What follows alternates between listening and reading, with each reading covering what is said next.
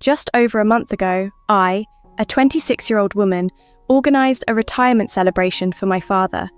He was stepping down as manager of our family-owned restaurant, a role he had dedicated his life to, and at nearly 59, he felt it was time to pass the reins to the younger generation. I had naturally assumed I would be his successor, especially since I had devoted the last 3 years of my life to our restaurant. Our family business began with a single Italian restaurant founded by my grandfather. This original location grew under my father's leadership, eventually expanding into a chain with 3 additional locations managed by relatives. Despite the growth, our original restaurant remained the most popular and was the centerpiece of our family's legacy. When my father announced his retirement a few weeks before the party, I fully expected to take over. My uncle, who was slightly younger than my dad but also nearing retirement, wasn't considered a candidate, nor was his daughter, who had only 3 years of managerial experience at one of our new locations. Given my commitment and tenure, it seemed obvious to me that I would lead our family's flagship restaurant into its next chapter. However, at his retirement party, my father surprised everyone by naming my younger brother William, who is 28, as his successor. William, unlike our eldest brother John, a dedicated cardiothoracic surgeon, has shown little interest or success in any profession. Despite his lack of experience and a poor work ethic, he was chosen to lead our family business, a decision that both shocked and disappointed me.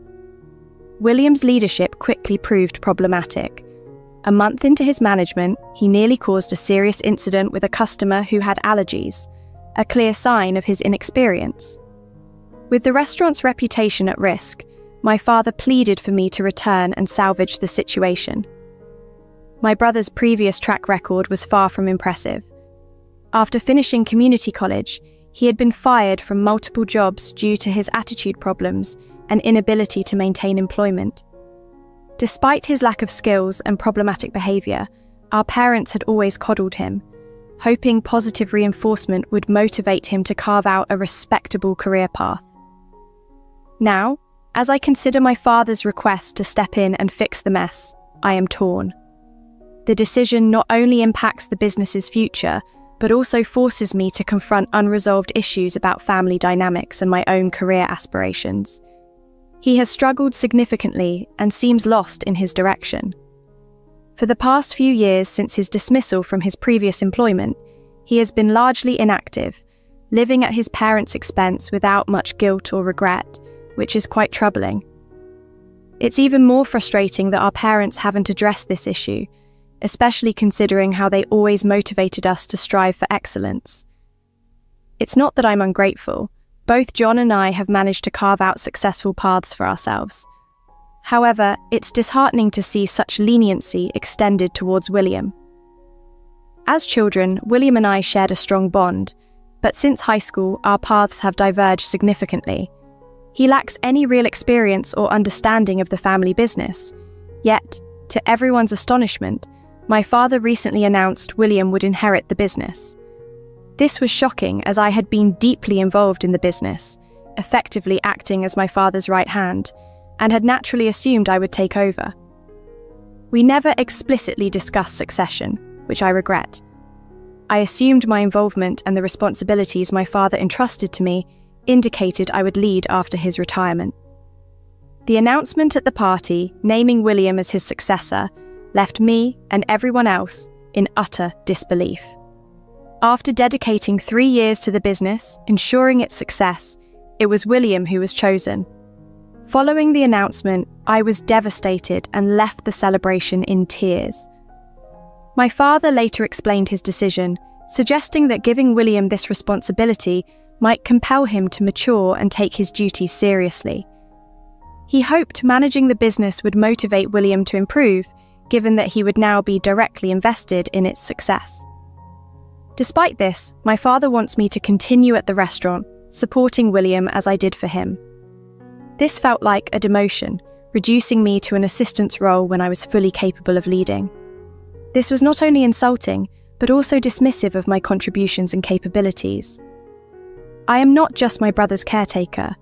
I am a competent individual in my own right. After years of dedication and hard work, I felt I had rightfully earned a leadership position within our family business. However, my father decided to pass this role to my brother William, who, in my view, was far less prepared for the responsibility. This decision deeply upset me, and despite my father's explanation that he hoped the responsibility would spur William to mature, I found it unacceptable.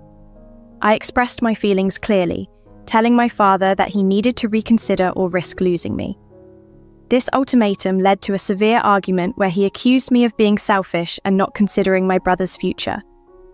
I countered that he was ignoring my future, leading to an irreparable rift between us.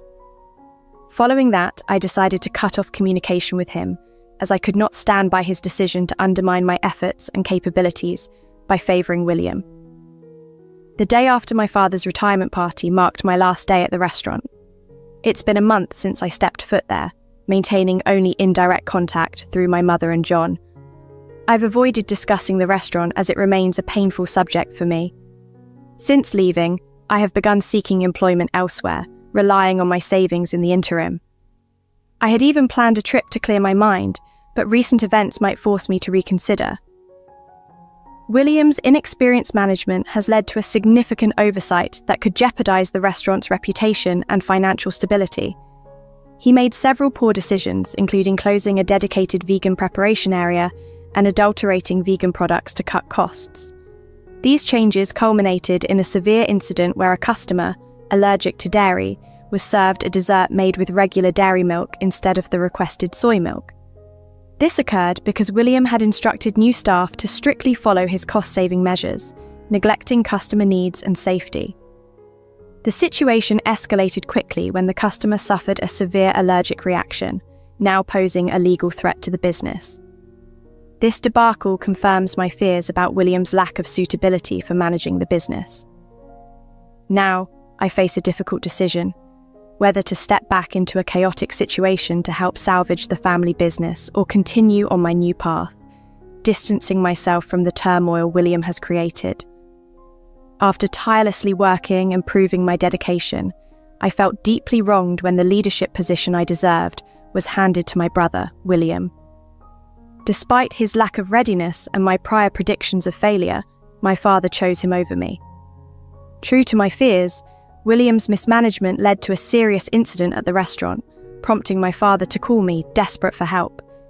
He informed me that he had fired William after discovering the extent of his incompetence and was now offering me the position I had initially been denied.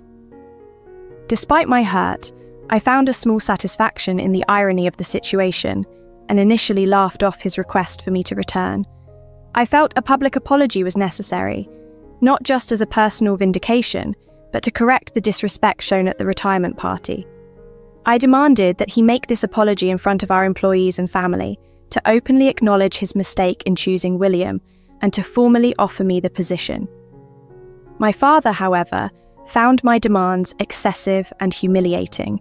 He refused, stating the business was as much mine as his, and that he recognized his mistake, but could not subject himself to public embarrassment. This response only added to the complexity of my emotions. In the following days, I received tremendous support from the online community, which helped me reflect on my decisions and the bigger picture. I realized that despite the deep personal wounds, the business, which I had devoted 3 years of my life to, still mattered profoundly to me. My passion for our family restaurant outweighed my bruised ego. My uncle and cousin, from other branches of our business, also encouraged me to return, highlighting that the survival and success of the restaurant depended largely on my involvement. After much contemplation, I decided to set aside my pride and accept my father's request to help manage the crisis. We agreed to focus on resolving the immediate issues rather than dwell on past conflicts. This morning, I spoke formally with my father. We agreed to leave our disagreements behind for now and prioritize the restaurant's stability. We planned a meeting with our lawyers and the affected customer to negotiate a settlement and hopefully resolve the matter discreetly, as she had already begun to draw public attention through social media. Seeing my father in person after such a long time was unexpectedly emotional. I realized how much I had missed his presence in my daily life, despite the recent strife. This reunion, under such strained circumstances, underscored the complex layers of family and business, reminding me of the importance of balancing personal convictions with pragmatic decisions to safeguard our shared legacy. When I finally saw my father in person after our significant fallout, it was a bit awkward. Our interaction was largely silent, primarily because our lawyer did most of the talking due to the serious nature of the meeting. I sensed there were many unresolved issues between us that needed addressing, but it wasn't the right time or place. Although he hadn't fully apologized or discussed the incident from a month ago, the atmosphere was surprisingly civil for our first in-person meeting since the argument. After the meeting concluded, my dad invited me to come home to see my mum, as it had been quite some time since our last visit. However, I had to decline because I had already committed to attending a friend's engagement party that evening. Curiosity got the better of me, and I asked if William would be at home. My dad confirmed he wouldn't be, but he didn't elaborate on William's current situation or whereabouts, and I chose not to press further. I did, however, discuss this with John, who mentioned William had moved out shortly after being fired, though it was unclear whether it was his decision or our parents'. The meeting itself, concerning the recent restaurant incident, went surprisingly well. The customer had been vocal on social media, threatening legal action because, post-incident, the management tried to blame her for not specifying her dairy allergy and needing soy milk. This mismanagement escalated her frustration, knowing she wasn't at fault. Learning the full extent of William's mishandling during the meeting was eye-opening.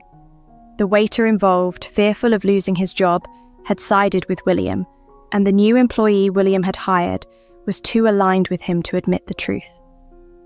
Thankfully, we reached a settlement with the customer. She agreed to remove her social media posts about the incident, which was a relief. Although it was an expensive fix, it was necessary to rectify the mess William had caused and to prevent further damage to our family's restaurant reputation. It's been a month since I returned to working at the restaurant, and I've realised just how much I missed it. Despite the past issues with my father, I love this place and am eager to elevate it to new heights.